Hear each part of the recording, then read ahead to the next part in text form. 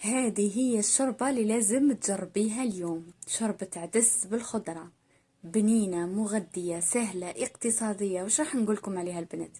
شوفوا لي برك هذاك المنظر نتاع القارص يتعصر والزيت زيتون من الفوق. الله الله، وش نقولكم يا البنات؟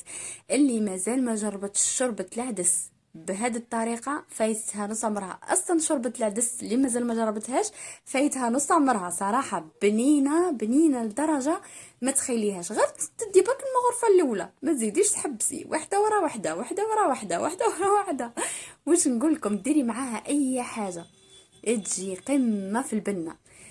دوك نقول لكم الطريقه، تبعوا معايا الوصفه حتى الاخر، تشوفوا الاسرار تاعها وتشوفوا التفاصيل سهله مهله وتخلص في 5 دقائق.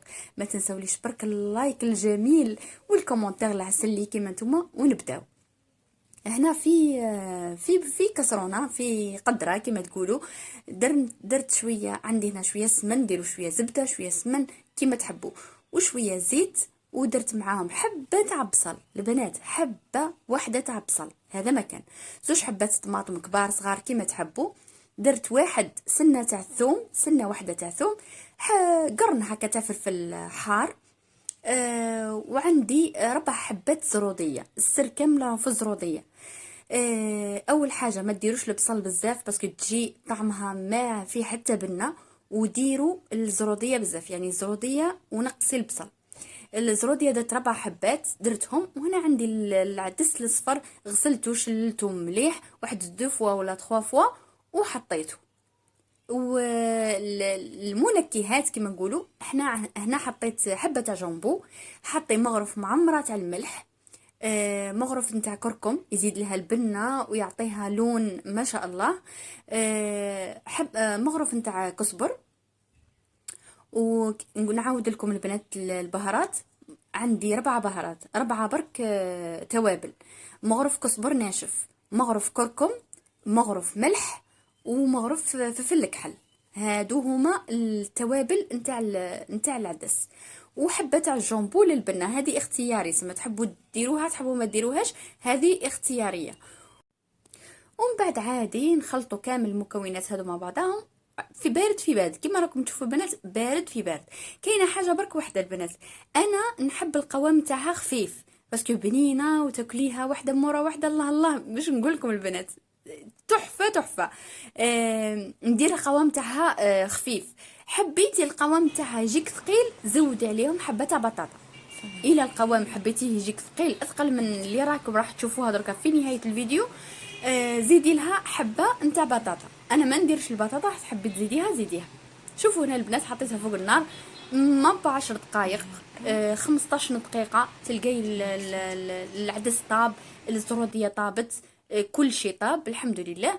وعندك البراميكسور، حطي خليها تبرد شويه، دخلي البراميكسور، رحي كامل كل شيء مع بعضها. شوفوا القوام اللي راني نقول لكم عليه. الا حبيتيها اكثر، القوام تاعها اكثر من هك، زيدي حبه تاع بطاطا. الا حبيتيها كيما راني مديرتها كيما هك وتجي صراحه، صدقوني البنات هذا احسن قوام للشوربه نتاع العدس. الا حبيتي قوامها اكثر زيدي لها حبه تاع بطاطا.